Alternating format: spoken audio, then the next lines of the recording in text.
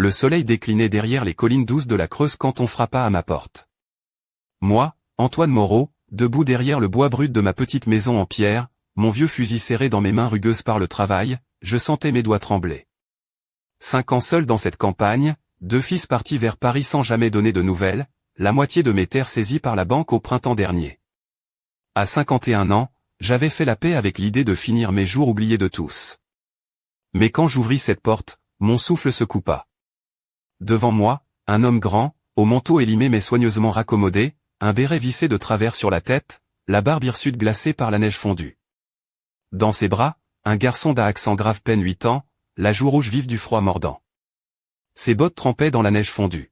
« Pardonnez de vous déranger, madame, enfin, monsieur, dit-il d'une voix rauque comme du gravier mais douce. On s'est fait surprendre par la tempête, mon cheval s'est effondré. On a juste besoin d'un peu de chaleur. » Je le scrutais à la lumière de ma lampe à pétrole, un éclat de fatigue profonde dans ses yeux qui me rappela la même douleur creusée dans mon propre reflet chaque matin. Je m'écartai pour les laisser entrer. Le feu faiblit, dis-je en refermant la porte contre le vent qui hurlait dehors, mais c'est déjà plus chaud que dehors. L'homme hocha la tête, poli, sans faire traîner ses bottes mouillées sur mon vieux plancher en chêne. Le garçon remua dans ses bras, levant la tête. « C'est un hôtel, papa ?» demanda-t-il d'une voix douce. Le visiteur sourit. « Non, mon garçon. Juste une dame bienveillante qui nous a ouvert sa porte. » Je versai ce qui restait de mon potage de panais dans 2 tasses en étain, tiède et claires comme de l'eau, et le tendis à mes invités. Je m'assis en face d'eux, curieux de ces étrangers qui venaient de bouleverser ma solitude. « Vous n'avez pas de femme ?» demandai-je, observant le garçon qui suçait le liquide comme un trésor. « Ma femme est partie il y a 2 ans, la fièvre l'a emportée rapidement. Depuis, c'est juste moi et Mickey, répondit-il doucement. Je hochai la tête, connaissant trop bien ce poids. Moi aussi, j'ai enterré mon mari il y a 7 ans, une pneumonie. Derrière la grange. Un craquement dans le feu, un souffle dans les fissures de la fenêtre. Dans ce silence partagé, quelque chose changea entre nous, 2 âmes usées par la perte, hantées par des lits vides. Vous vivez ici, seul, demanda-t-il. Oui, répondis-je, sans une once de pitié dans la voix, juste un fait. J'ai eu 2 garçons, maintenant grands. L'un est parti chercher de l'or en Californie, l'autre travaille à Lyon. Aucun ne donne de nouvelles. Le garçon s'était endormi, recroquevillé sur le tapis, près du feu mourant. L'homme déposa son manteau sur ses épaules frêles, puis s'assit contre le mur, ses yeux cherchant les miens dans la lueur vacillante. « Vous êtes forte, dit-il simplement. » Je laissai échapper un rire sec. Je suis vieille et têtue, ce n'est pas pareil. Il me regarda, vraiment regarda. Je ne pense pas que vous soyez vieille. Je haussai un sourcil. Et vous, quel âge avez-vous, monsieur? Antoine Moreau, 35 ans. Je poussai un soupir brusque. Vous êtes un gamin. Je n'étais plus un enfant quand j'avais 12 ans et que je creusais des tombes pour les victimes du choléra dans le Morvan. Cette vérité s'installa entre nous, lourde comme une pierre jetée dans l'eau calme. Je détournai les yeux, la gorge nouée. Vous pouvez rester ici cette nuit, dis-je enfin. Mais demain, il faudra partir. Je n'ai pas grand-chose, admit-il en hésitant, mais si vous me laissez, je pourrai réparer la porte de la grange que j'ai vue battre au vent, et les poteaux de la clôture le long du chemin. Je croisai les bras, sceptique. Vous proposez de travailler contre un toit? Non, je propose d'aider, répondit-il avec un petit sourire.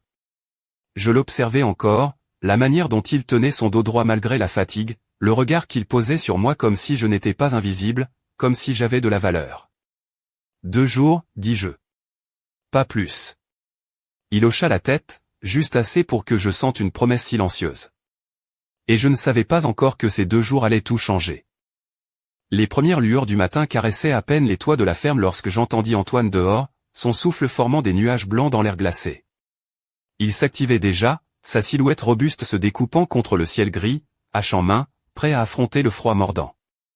Mickey, le petit garçon, trottinait derrière lui, emmitouflé dans un vieux manteau qui lui venait manifestement de trop loin, avec des bottines trop grandes qui claquaient sur les pierres du chemin. Je le regardais par la fenêtre, fasciné par la manière dont Antoine s'animait malgré la rudesse de l'hiver. Sa chemise en toile, un peu délavée, était déjà pleine de poussière et de taches, mais il portait tout ça avec une fierté tranquille. Ses mains calleuses saisissaient la hache avec une aisance née d'années de travail. Le vent faisait voler les mèches rebelles de ses cheveux bruns, et ses yeux, d'un marron profond, reflétaient une détermination presque enfantine. Mickey s'arrêta soudain, montrant du doigt un tas de planches branlantes. « Voilà, monsieur Antoine, c'est là qu'il faut remettre la porte, » dit-il avec l'autorité d'un petit chef en herbe. Antoine éclata d'un rire rauque, qui réchauffa un peu l'air glacial. « Tu veux venir m'aider, alors ?» demanda-t-il en s'accroupissant pour être à sa hauteur. Le garçon hocha la tête avec énergie, ses joues rosies par le froid. Il avait ce mélange étrange d'innocence et de curiosité qui faisait fondre même les cœurs les plus endurcis. J'imaginais la scène, un géant fatigué et un gamin au regard vif, unis dans une mission improbable contre les caprices de la vieille grange. Je me surpris à sourire, un sourire que je n'avais pas donné depuis longtemps. Peut-être que cette tempête avait vraiment apporté quelque chose de plus que du vent et de la neige. Plus tard, dans la journée, alors que j'étais occupé à préparer un ragoût de légumes racines, Antoine vint s'asseoir à côté de moi sur le vieux banc de bois. Il avait retiré son béret, révélant une cicatrice discrète qui traversait son front, souvenir d'une vie rude. Son regard ne quittait pas la marmite. « Vous savez, » me dit-il en jouant avec une brindille cassée, « je ne suis pas venu ici pour fuir. Je cherchais juste un endroit où poser mes bagages, un endroit qui ait un sens. » Je levai les yeux, intrigué. « Et vous pensez l'avoir trouvé ici ? Dans ce coin perdu de la Creuse. » Il sourit, un peu triste. « Pour la première fois depuis longtemps, oui. » Je sentis quelque chose se nouer dans ma poitrine. Ce n'était pas seulement le froid qui me glaçait. C'était cette promesse fragile qui s'installait entre nous, comme une flamme vacillante dans la nuit. « Vous ne voudriez pas rester un peu plus longtemps ? » Osai-je demander, malgré moi. Il me regarda, ses yeux pétillants d'une lueur que j'avais oubliée.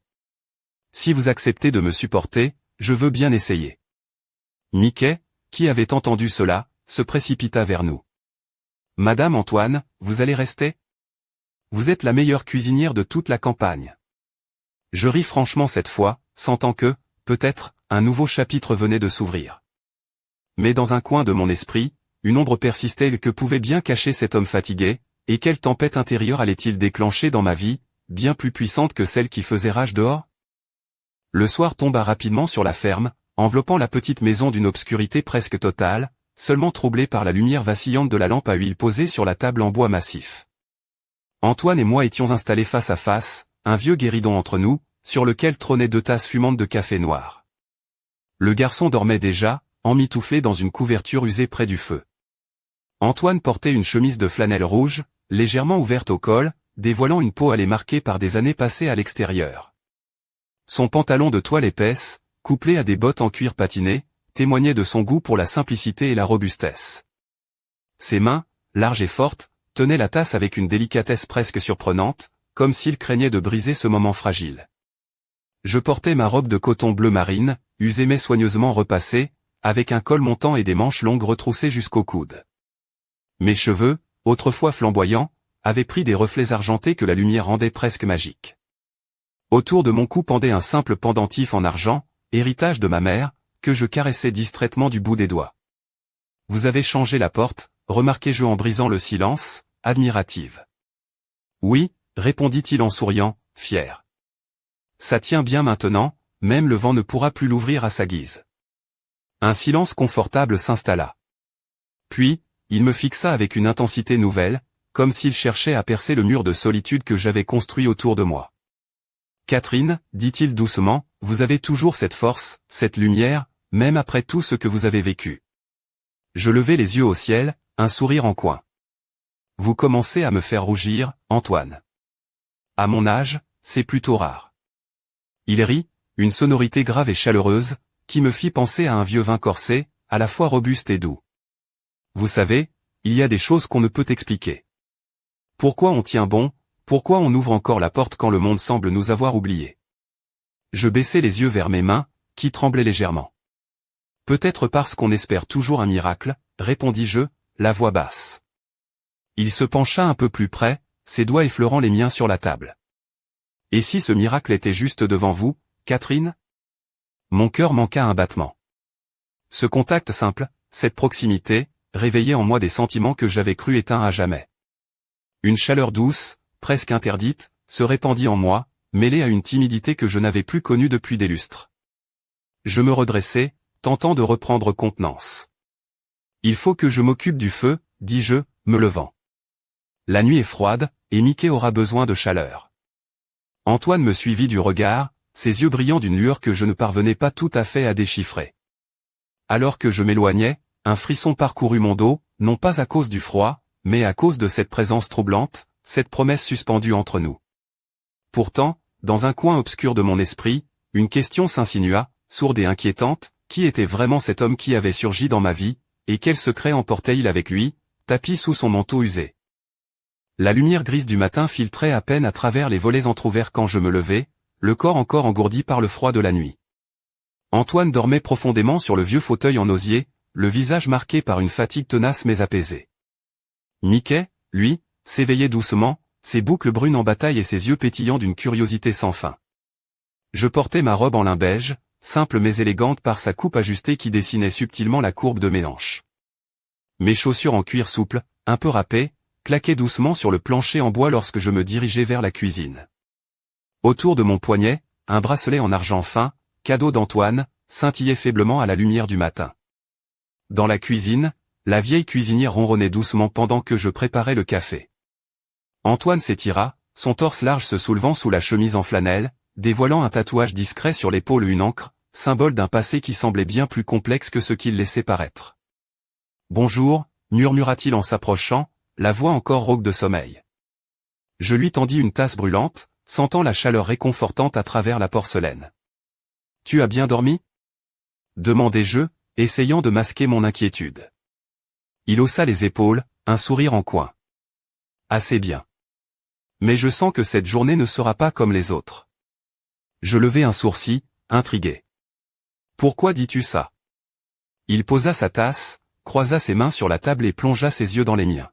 « Parce que j'ai vu quelque chose hier soir, quelque chose que je ne peux pas ignorer. » Un frisson parcourut mon échine malgré la douceur du matin. Antoine semblait porter un secret lourd, un mystère enfoui sous sa peau burinée par les années. « Qu'est-ce que tu as vu ?» insistai-je, la voix plus ferme que je ne le pensais. Il hésita un instant, puis se pencha, baissant la voix. « Sur le chemin en venant ici, j'ai aperçu une silhouette. Une femme, vêtue d'un manteau noir, qui semblait m'observer depuis les bois. Elle disparaissait dès que je m'en approchais. Je fronçai les sourcils, le cœur battant un peu plus vite. « Tu crois que c'était quelqu'un qui te cherche ?» Il haussa les épaules. « Je ne sais pas. Mais j'ai ce pressentiment que ce n'est pas une coïncidence. » Mickey, qui écoutait attentivement, s'approcha en sautillant. « Antoine, tu crois aux fantômes ?» demanda-t-il avec un sourire malicieux. Antoine rit doucement, posant une main rassurante sur la tête du garçon. « Non, Mickey. Mais parfois, les fantômes du passé reviennent quand on s'y attend le moins. » Je sentis une tension nouvelle s'installer dans la pièce, un mélange d'excitation et d'appréhension. Le calme apparent de la ferme semblait prêt à se fissurer, à révéler des secrets enfouis depuis trop longtemps. Et tandis que le vent faisait danser les branches des vieux chênes autour de la maison, je compris que cette journée marquerait le début d'une tempête bien plus puissante que celle qui nous avait fait nous rencontrer. La nuit tombait lentement sur le petit village de Saint-Sauveur, enveloppant les ruelles pavées d'un voile d'ombre et de mystère. Je me tenais près de la fenêtre, observant Antoine qui, de l'autre côté de la pièce, réglait la vieille horloge en bois, un geste simple mais chargé d'une gravité inattendue. Sa silhouette se découpait dans la lumière tamisée, son profil marqué par des années de lutte et de silence. Il portait une chemise blanche froissée, les manches relevées jusqu'au coude, dévoilant des avant-bras musclés et légèrement tatoués. Son pantalon en velours côtelé, un peu poussiéreux, contrastait avec la délicatesse presque féminine de son regard lorsqu'il se tourna vers moi. Sur ses lèvres, un sourire en coin, à la fois tendre et énigmatique.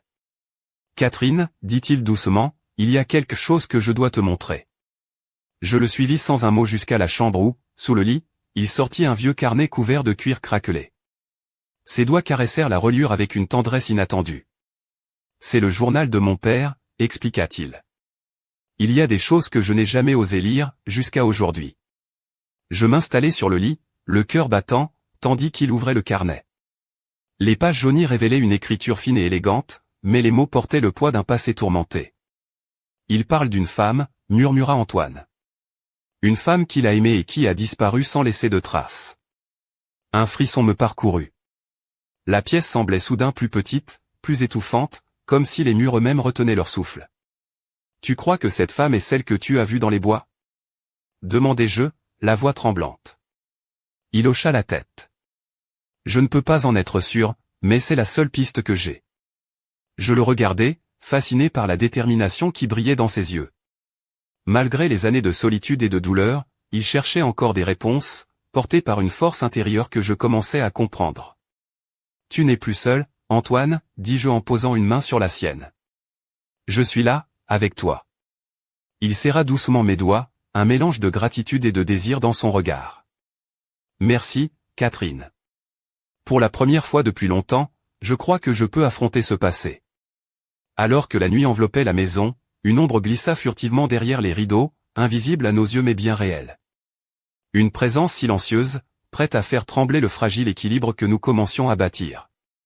Le mystère s'épaississait, et je sentais au plus profond de moi que notre histoire ne faisait que commencer. Le soleil du matin baignait la petite place de Saint-Sauveur d'une lumière dorée, révélant les façades en pierre aux volets colorés et les terrasses encore désertes des cafés. Antoine et moi marchions côte à côte, nos pas résonnant sur les pavés usés, tandis que Mickey gambadait devant, insouciant, ramassant ici et là des feuilles mortes ou des cailloux. Je portais une robe légère en coton blanc, légèrement cintrée à la taille, qui flottait doucement au rythme de la brise. Mes escarpins en cuir souple laissaient deviner des chevilles fines, et un collier en perles discrètes soulignait la délicatesse de mon cou. Antoine, lui, avait troqué sa chemise flanelle contre une veste en tweed brute, un béret posé négligemment sur la tête, lui donnant un air à la fois élégant et rustique. « Tu sais, dit-il en regardant au loin les collines verdoyantes, ces terres me rappellent celles où j'ai grandi, près de Limoges. J'ai toujours pensé que je ne rentrerais jamais, mais aujourd'hui, j'ai envie de rester. » Je lui lançai un regard complice. « Peut-être que tu as enfin trouvé ta place. » Il sourit, mais soudain son expression se fit plus grave. « Il y a quelque chose que je dois te dire, Catherine. Cette femme que j'ai vue, elle n'est pas seule. J'ai entendu des murmures au village, des histoires que je préfère ne pas entendre. » Je fronçai les sourcils, intrigué et inquiète. « Des histoires ? Quelles histoires ? Que certains ne veulent pas que je sois là. Que mon passé est plus lourd que je ne le pensais. » Je serrai la main d'Antoine, sentant son trouble. « Quoi qu'il arrive, je suis avec toi. » Il posa son regard sur moi, un éclat d'émotion dans les yeux. « Merci. Sans toi, je ne sais pas si j'aurais le courage d'affronter tout ça. » Nous reprîmes notre marche, mais un frisson me parcourut. Quelque chose planait dans l'air, une menace invisible mais palpable. J'aperçus alors, au coin d'une ruelle étroite, une silhouette encapuchonnée qui nous observait, puis disparaissait aussi vite qu'elle était apparue. « Antoine, murmurai-je, as-tu vu ça ?» Il se retourna vivement, mais il n'y avait plus rien. « Peut-être que c'est juste le vent, » répondit-il, tentant de rassurer autant que lui-même. Pourtant, dans mon esprit, une question brûlait, qui était cette mystérieuse personne ? Et quel rôle jouerait-elle dans notre histoire naissante, déjà mêlée de secrets et de promesses ? Le mystère s'épaississait, prêt à éclater au grand jour. La nuit s'était installée sur les ruelles étroites de Saint-Sauveur, enveloppant la ville d'un voile d'obscurité et de silence. Seule la lumière vacillante d'un réverbère ancien éclairait faiblement le trottoir où Antoine et moi avancions, nos pas résonnant doucement sur les pavés humides. Le froid piquait mes joues découvertes, et je resserrai mon manteau en laine grise autour de moi, laissant entrevoir le col dentelé de ma blouse en soie ivoire. Mes bottines vernies claquaient au rythme de ma marche, tandis qu'Antoine, à mes côtés, avançait d'un pas assuré, son béret incliné sur le côté, donnant à son visage une expression à la fois mystérieuse et résolue. « Catherine, » murmura-t-il en s'arrêtant brusquement, « il faut que je te montre quelque chose. » Je le suivis jusqu'à une vieille bâtisse à moitié dissimulée derrière un rideau de lierre. La porte en bois massif était entr'ouverte, grinçant légèrement sous la brise nocturne. Antoine glissa une lampe à huile dans son sac et pénétra à l'intérieur, m'invitant à le suivre. À l'intérieur, l'air était chargé d'une odeur de poussière et de vieux papier. Sur une table bancale, des piles de lettres jaunies, des photographies en noir et blanc, et un carnet relié de cuir attiraient notre attention. « C'est ici que mon père tenait ses archives », expliqua-t-il en caressant du bout des doigts les documents. Je n'ai jamais osé venir, de peur de ce que je pourrais y découvrir. Je m'approchai, intrigué, et pris une photo entre mes mains. Une femme au regard profond, vêtue d'une robe sombre aux dentelles délicates, posée devant une maison ancienne. Ses yeux semblaient fixer l'objectif avec une intensité presque troublante. « C'est elle » demandai-je à voix basse. Antoine hocha la tête, les mâchoires serrées. « Oui. » Elle s'appelait Élodie. Et elle a disparu sans laisser de traces. Un silence pesant s'abattit sur la pièce, brisé seulement par le grincement du vieux parquet sous nos pas. Je sentis mon cœur s'accélérer, partagé entre fascination et peur. « Pourquoi tu n'as jamais cherché à en savoir plus ?» interrogeai-je doucement. « Parce que j'avais peur que le passé ne me rattrape, avoua-t-il. Et maintenant, j'ai l'impression qu'il est déjà là, à nos portes. » Alors que nous quittions la bâtisse, une silhouette se glissa furtivement dans l'ombre, observant chacun de nos mouvements. Le mystère s'épaississait, et je compris que les réponses que nous cherchions pourraient bien bouleverser nos vies à jamais. L'aube se levait à peine sur les collines ondulantes de la Creuse, baignant les champs de blé d'une lumière douce et dorée. Je me tenais près de la fenêtre de la cuisine, observant Antoine qui, déjà, s'activait dehors, son chapeau de paille légèrement de travers sur la tête. Le garçon, Mickey, aidait comme il pouvait, portant un petit panier rempli de pommes de terre fraîchement récoltées. La scène semblait simple, presque banale, mais chaque geste, chaque regard échangé portait la promesse d'un renouveau. Je portais une robe en lin vert pâle, la taille cintrée par une ceinture de cuir usé. Mes cheveux, relevés en un chignon lâche, laissaient échapper quelques mèches qui dansaient au rythme du vent. À mes pieds, des sandales en cuir tressé, usées mais confortables, témoignaient de mes longues journées passées à arpenter la ferme. Antoine s'arrêta un instant, essuyant la sueur sur son front, et me lança un sourire qui fit fondre mes dernières résistances.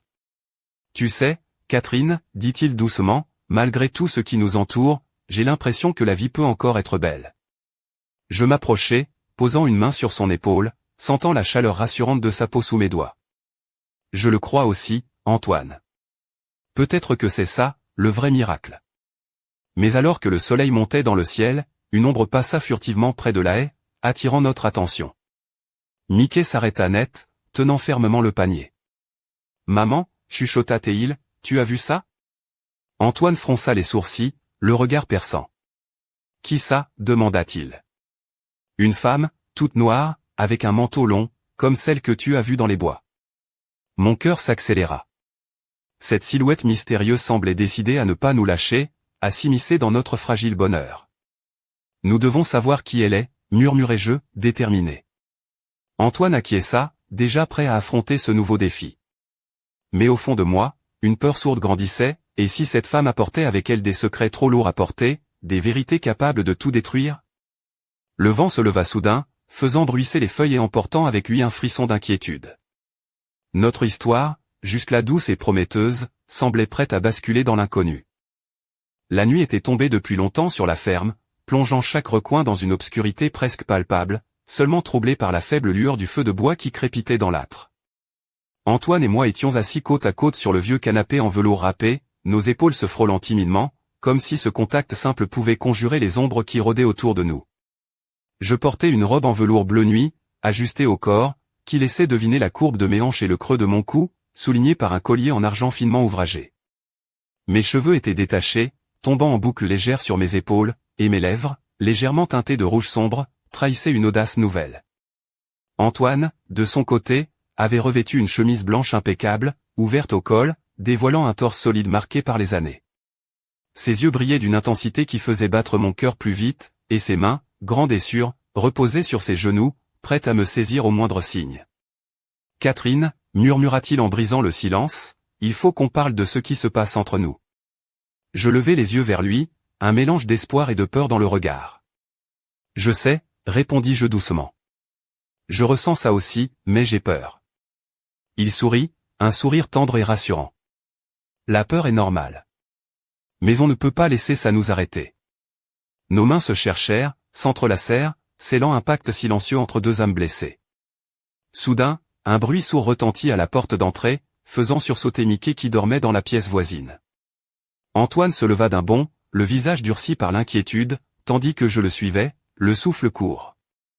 À la porte, une silhouette se dessinait dans l'ombre, enveloppée dans un manteau noir, le visage dissimulé sous un chapeau à large bord. Une voix rauque s'éleva, brisant le silence. « Antoine Moreau, il est temps de régler les comptes. » Mon cœur se serra. La tempête que nous redoutions venait de frapper à notre porte, prête à tout emporter sur son passage. Et dans ce fracas, une question brûlait dans mon esprit, allions-nous survivre à ce dernier affrontement, ou nos rêves allaient-ils s'effondrer comme un château de cartes sous le vent? Le vent sifflait avec violence autour de la ferme, faisant claquer les volets et balancer les branches des vieux chênes. Antoine se tenait face à la silhouette encapuchonnée, ses poings serrés, les muscles tendus comme un arc prêt à se briser. Moi, je restais derrière lui, le cœur battant à tout rompre, les mains tremblantes serrant le rebord de la porte. La femme sortit de l'ombre, révélant un visage marqué par les années, mais toujours d'une beauté fière et farouche. Son manteau noir flottait autour d'elle comme une ombre vive, et son regard perçant semblait sonder l'âme d'Antoine. « Tu pensais pouvoir m'échapper » souffla-t-elle d'une voix glaciale. Mais le passé ne meurt jamais vraiment. Antoine recula d'un pas, la colère et la douleur se mêlant dans ses yeux. « Élodie » murmura-t-il, incapable de cacher la surprise. Elle hocha la tête, un sourire amer aux lèvres. « Oui, c'est moi. Et je suis venu pour comprendre pourquoi tu es parti, pour réclamer ce que tu m'as pris. » Je sentis la pièce se refermer autour de moi, comme si le temps lui-même retenait son souffle. Les secrets enfouis refaisaient surface, menaçants et prêts à tout dévaster. « Antoine, dis-je d'une voix tremblante, que se passe-t-il » Il me regarda, puis tourna les yeux vers Élodie. « C'est une histoire que je voulais oublier, mais que je dois affronter. Pour nous. » Les trois âmes se tenaient là, dans ce huis clos chargé de reproches, de regrets et d'espoirs brisés. Le feu dans l'âtre semblait vaciller, menace silencieuse d'un avenir incertain. Puis, soudain, un cri déchira la nuit, un cri qui venait de la forêt, un appel désespéré, grave et profond. Élodie pâlit, tournant la tête vers l'obscurité. « Ce n'est pas fini, dit-elle. Quelque chose de plus sombre rôde ici. » Antoine serra ma main, une promesse muette de protection et de combat. « Nous allons affronter cette tempête ensemble, murmura-t-il. Et tandis que la nuit s'abattait de nouveau, lourde et pleine de mystères, je sus que notre histoire ne faisait que commencer. Que derrière chaque ombre, chaque secret, se cachait une vérité qui nous changerait à jamais. Le rideau tombait sur ce premier acte, mais le vrai combat, celui du cœur et de l'âme, restait à venir.